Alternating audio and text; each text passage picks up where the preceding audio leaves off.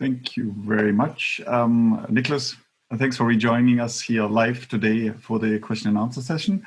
We have a group out there who has been following your presentations. For those of you who are participating, do not hesitate now to put in your questions in the Q&A interface. My colleague Michael Thompson is in the background helping us to synthesize and bring them into the conversation here. Pending these questions emerging, we have, of course, a few up our sleeves and help you basically to start formulating your questions here. Can you maybe, give us like a few examples of successful policies measures which have succeeded in catalyzing CDR uptake to your knowledge? And maybe you can put this in the current policy context of the European Union and or China and other countries who are, declaring net zeros and have formulated and developing thinking around this. So what are good examples? Is there something emerging, or what is emerging in that context? Yeah, thanks, Kai, and hello to everyone who's online. So first of all, we looked at an overview in the paper of policies that are implemented to support carbon dioxide removal. And the picture is not so great yet. No, there's quite some work done on research. So there's research budgets. There's also private money going into startups and supporting new technologies. There is quite a lot of efforts already into the forestry options, with reduced deforestation or increased afforestation. But as we've seen in the presentations, there's certain difficulties with that because the permanences can go back as well. So can be reversed. The removal can be reversed and become an emission again. So real policy options that would support large-scale carbon dioxide removal that is also permanent are actually almost non-existent. There is in the US a little bit a tax credit plus the Californian fuel standard. If you add them together, you are at a price of around $200 per ton as a support mechanism. So that's the biggest public support mechanism right now. But that's in the US, and I'm not so sure how much it has been used. You were asking about the EU. EU is also supporting it. They have this pot of money set aside for carbon dioxide removal coming from the emission trading system. When the emission allowances are auctioned, then money is generated, and a part of that money is reserved for carbon dioxide removals. And unfortunately, not much has happened, so the money has not been spent. So I think we are still looking for the really successful policies to scale up carbon dioxide removal. So another dimension and question was to maybe understand how the relations are.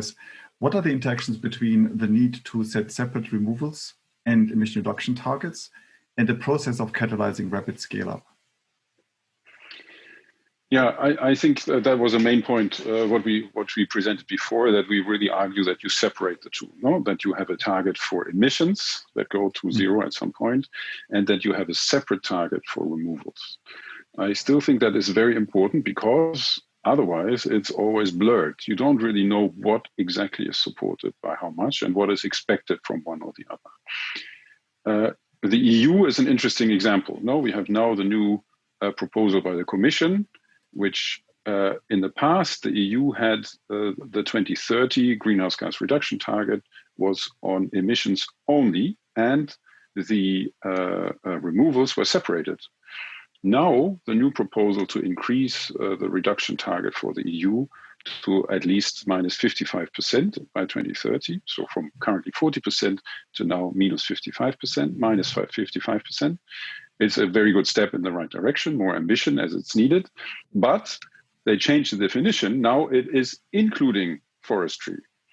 And there comes the uncertainty around it. That could basically mean if nothing happens, then the target is roughly 2.5 percentage points weaker than without including forestry, because forests grow, and if nothing happens, then they will take away more or less 2.5 percentage points of emissions.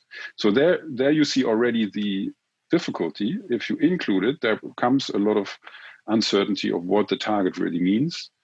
And that is usually not a good thing, because it means that all other emissions have to be reduced less. And that's something that we don't want. Mm-hmm. We have now actually specific questions to particular technology. It's in the presentation you have indicated biochar is being low in terms of qualification, in terms of permanence, which seems to be highly different from claims of century or millennial sequestration by biochar professionals. Why? I think that's basically what drives your conclusion in this space. Yeah, I think we already said, and we have only orders of magnitude there in the report. We wanted to differentiate biochar from soils and forests as well. So we acknowledge that biochar is probably a longer storage mechanism than in soils. So if you have soils and you that take CO2, you may just plow over them, and then all of a sudden you lose a lot of the carbon content. That does not happen for biochar. It's much more permanent, but still there, it may be released again, and that is the big problem. I mean, it has to stay sequestrated longer than CO2 would be in the atmosphere if you compensate it with an emission. And there comes the problem. It is not permanent, and therefore we need to be a bit careful. Mm-hmm. I have a little bit of a follow-up question, which is linked to that question about the permanence questions. I mean, there are offsetting and trading schemes which have accepted into their system credits and offsets from bio-based sequestration activities, afforestation, reforestation activities, and so forth. How did they? What has been done in the context of dealing with the question of permanence and, or for that matter, of leakage, which is a transboundary shift or shift of the activity, which initially was about particularly with regard to avoided deforestation. So, what are the examples of how one deals with potential non-permanence in offsetting contexts? Yeah, there are examples how to do that.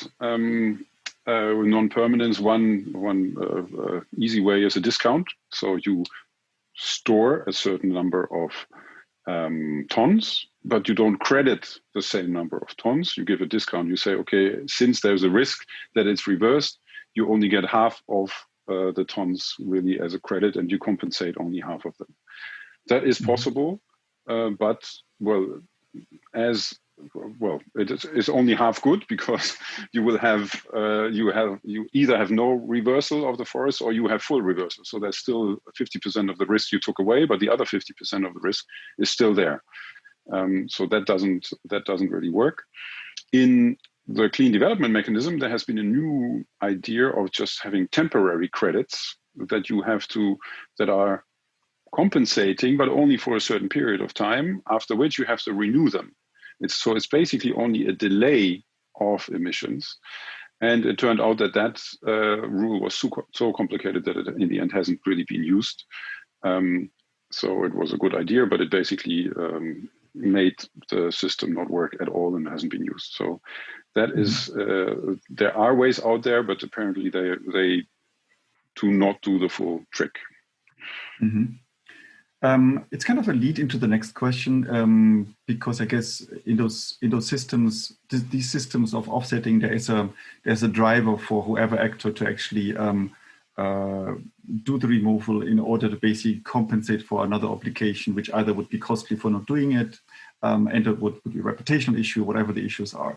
But there has been a driver for that. But this conversation here is going into the next period of this century, whereby that rationale is not working. So the question will be, how can the finance sector be guided, directed, incentivized to actually sustain a removal activity without having a benefit of not reducing the emissions? Because we are in a time where the removals have to be much bigger than any remaining emissions. So what are these incentives one should consider?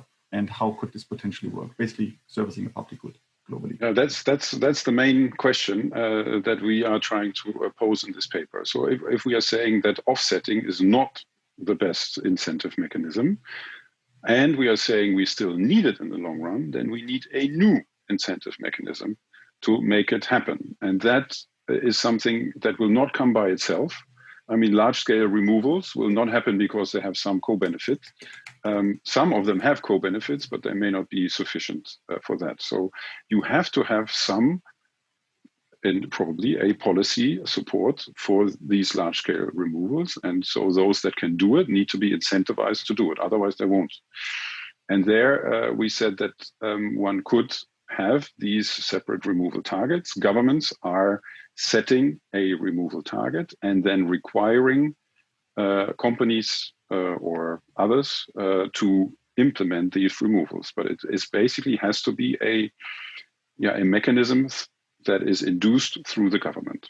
So government could, for example, say, here that's what we said before. No, a government could say, here we have a pot of money and we pay others who provide us as permanent as possible removals, and whoever can provide them will then be paid for these removals. Or the governments can pass this obligation directly onto companies and say a certain company has to provide so many removals, and then they do it either themselves or they get service providers to do so.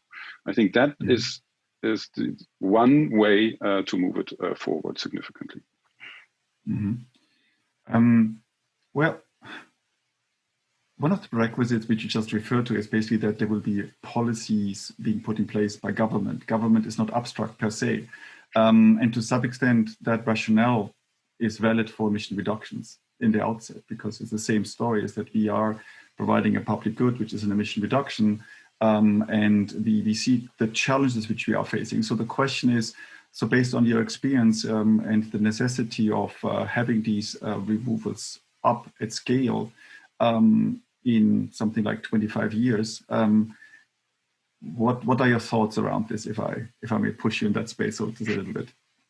Yeah, but I think it's a fundamental difference. So for renewables, for example, in the beginning, it was indeed expensive and costly, and it was about sharing the effort to save a public good. That's not the case anymore. Renewables are now cheaper in many cases over fossil fuels, and they have other co-benefits like air pollution, jobs, energy security, all of that. So at one point, the market will flip and they will simply be used because they are simply better than fossil fuels. So no government support policy needed anymore, transition done. But for removals, we don't see these co-benefits, or we don't see a situation that it would happen just by itself because it has a benefit. It actually only has the global benefit and no local benefit in many cases. For the forestry ones, there are local ones. But for the technology ones, they are not. And that's why you will always have to have support mechanisms to get there. Mm-hmm. Thank you. It links to a question, and I mean, for those in the room, is that, so for transparency, these questions are not kind of made up before, and they emerged from the previous Q&A. And then, of course, a bit of an elaboration by me following up with our experts here in the webinar. So please keep going of submitting your questions. I see there are some technical issues. If for some reason you just can't find the Q&A interface, put your question in the chat. We'll now that we know that there's an issue, we'll look at this as well.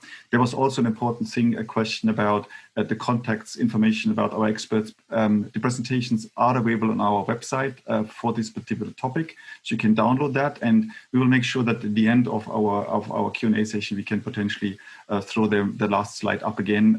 But in any case, in case you missed that, do not hesitate to go to our website. You can actually even download the presentation of Louise and Niklas and take them apart and then send good questions to the two of them directly. Now, with this, basically, you just mentioned actually one of these key characteristics of how CDR is different from emission reductions.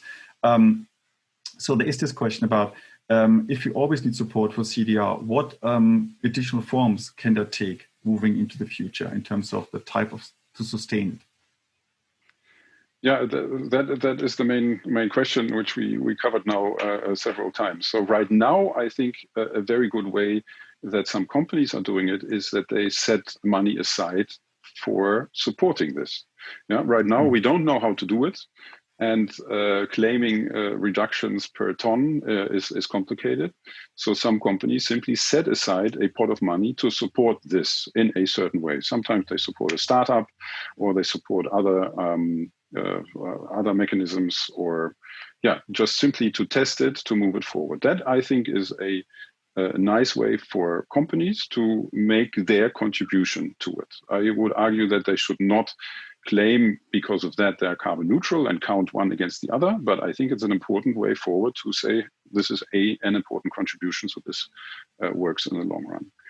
So that's the companies, but then the governments, I think, as I mentioned before, they need to set in place obligations to do this. Otherwise, I think it will not work.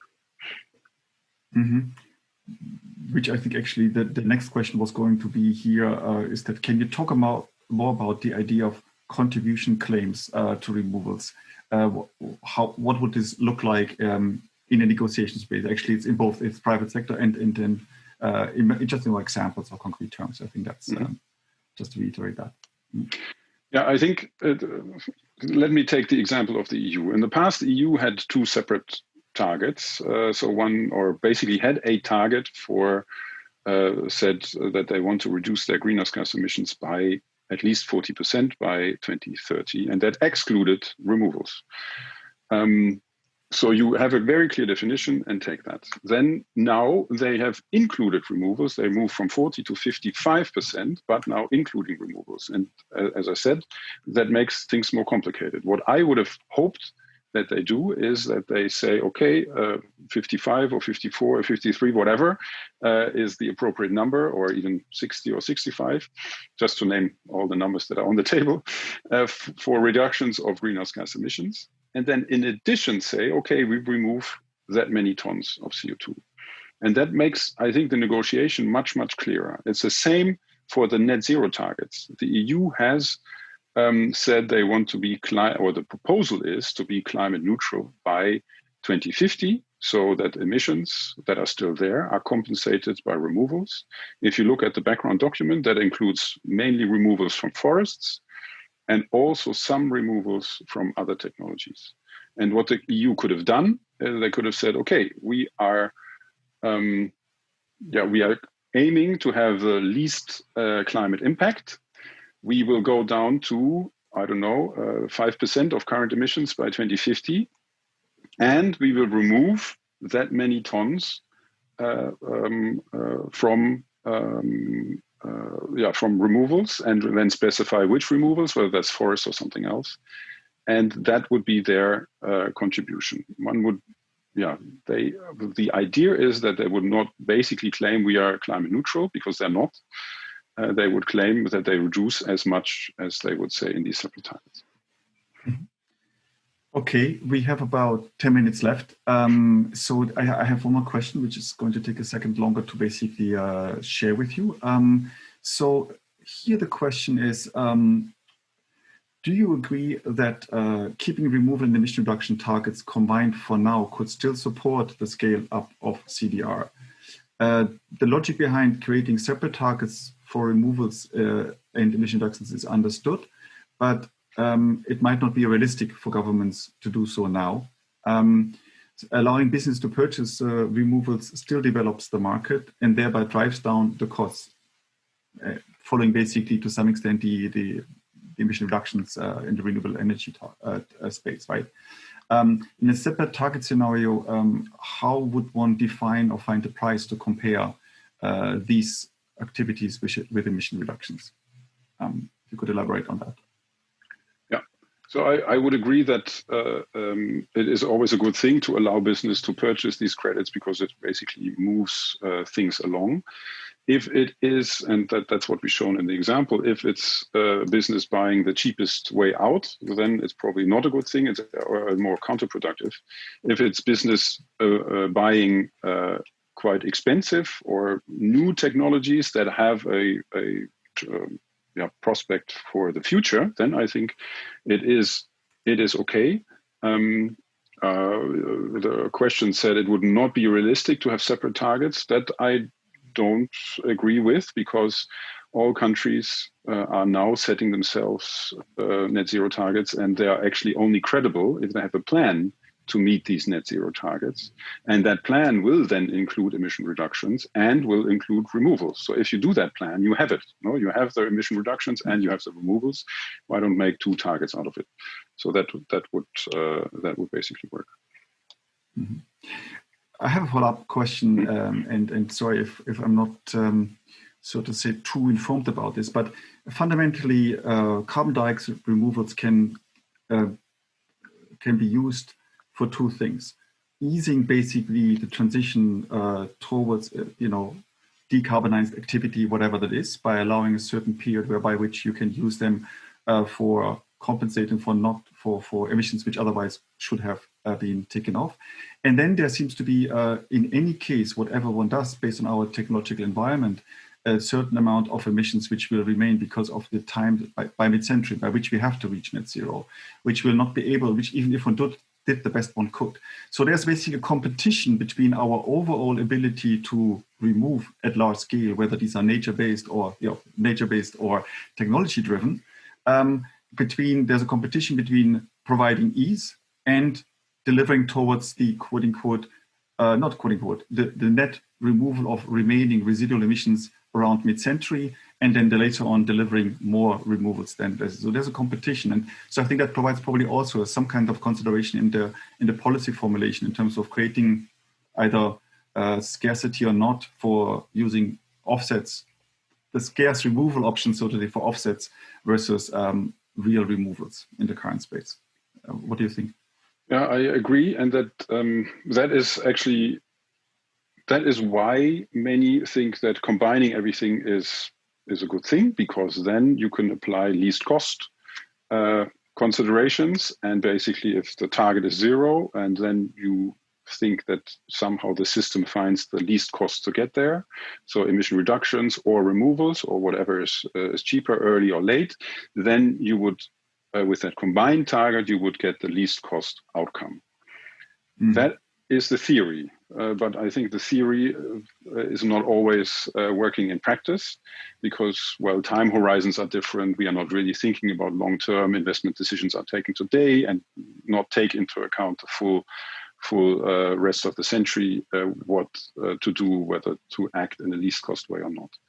So that's why I would rather then take it apart. And then comes the question that the earlier question was alluding to, how to set these different targets. How much emission reductions do you do and how much removals do you do? And there I fully agree that is difficult to decide, and we need to find clever ways to do it. And the question you posed, Kai, is as well, now, where do you focus? Do you put more effort now in reductions or more effort now in certain removal technologies than others? Those are important questions, and we don't have a clear answer to that. But I think just assuming that it will all happen by itself through least cost considerations is also not working. Thank you, because I think that's exactly, why we are in the game, so to say, and that's what we would describe as governance. Basically, the whole process is to understand, come to decisions, and also the conversations about what is acceptable. We might have a least cost option, but it might not be societally acceptable. Just one in the emission reduction space would be nuclear energy, which is extremely efficient, but will have real challenges in terms of implementation, or in terms of my pictures behind me, nature-based or technology-based. It needs a societal license, and there's also not the ability to capture this in the least cost basic analysis. And so there is a lot of governance required, which has a number of inputs. And I hope we have been able to contribute to this a little bit by our webinar and the questions here. Thank you very much, Niklas. If you have any last wisdom to mention or to say, then you have about a minute. I'll give it over to you if you want to say something. No, it has been a pleasure. Thanks for this. And I hope the report has provided some food for thought. I think we are saying clearly that there is still a lot to be done. I think we need to think cleverly on how to support carbon dioxide removal, since I think at some point we probably need it, but we should not divert attention from doing what we really need to do, which is reducing greenhouse gas emissions. Great, thank you very much. And with this, I just want to ask my colleague Ali Hassan, one of these colleagues which are doing a lot to make this happen, to share their screen one more time, so that for the contact information. So for those who want to take a screenshot, bam, here you go. Otherwise, you can find this information, as said, on our website. All our PowerPoint presentations are there. Thanks, Niklas, for your participation. All the best to Louise, that she recovers well. And we'll see you again at the third of these sessions, hopefully the two of you, and looking forward to that. Thank you very much. Bye-bye. Same here. Thank you. Bye-bye.